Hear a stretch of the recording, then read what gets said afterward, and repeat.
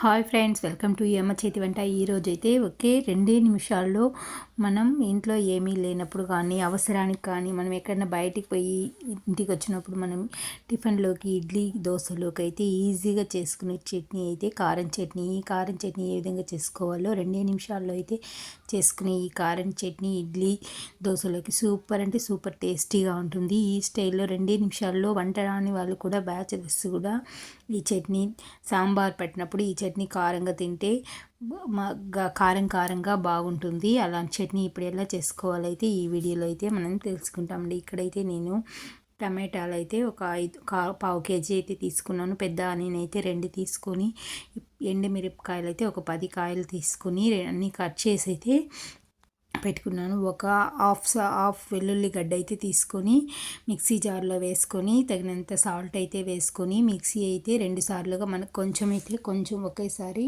కొంచెం ఎక్కువ అయితే 2 సార్లుగా అయితే మిక్సీ అయితే చేసుకోవాలి. ఇప్పుడు మిక్సీ చేసుకున్న తర్వాత ఆయిల్లో 2 స్పూన్ల ఆయిల్ అయితే వేసుకొని, పోపు దినుసులు అయితే వేసుకొని, పోపు దినుసులు బాగా చిటపటాడే వరకు అయితే ఉంచి, బాగా ఆయిల్ వేడెక్కిన తర్వాత మనం పోపు దినుసులు వేస్తే పోపు దినుసులు అనేవి చిటగట్టలాడుతూ గమగమాని వాసన అయితే వస్తూ ఉంటుంది. ఇప్పుడైతే పోపు దినుసులు చిటపటలాడిన తర్వాత ఇంగువ అయితే ఒక చిటికెడైతే వేసుకుని, మనం మిక్సీ వేసుకున్న చట్నీని అయితే అందులో తిరగబాతు చేసుకొని, చట్నీ వేసుకొని తిరగబాతు చేసుకుంటే మనకు సూపర్ టేస్టీ అయిన కారం చట్నీ రెడీ అయిపోతుంది. ఇందులో అయితే నేను ఇప్పుడు పసుపు అయితే వేసుకున్నాను. చట్నీ అయితే ఇప్పుడు ఆవాలు చిట్లిపోయింది కాబట్టి కారం చట్నీ వేసుకొని, పసుపు అయితే ఒక చిటికెడైతే వేసుకుంటే పచ్చి వాసన పోయేంతవరకు అయితే బాగా ఆయిల్ పైకి తేలే వరకు అయితే ఉడికించుకుంటే, పచ్చి వాసన పోయిందంటే 2 నిమిషాల్లో మనకు కార చట్నీ అయితే రెడీ అయిపోతుంది. సాంబార్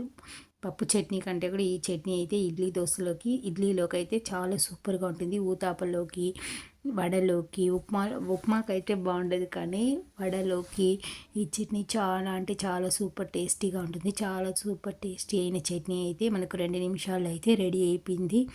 తప్పకుండా మీరు ట్రై చేయండి. ఈ వీడియోని లైక్ చేసి సబ్స్క్రైబ్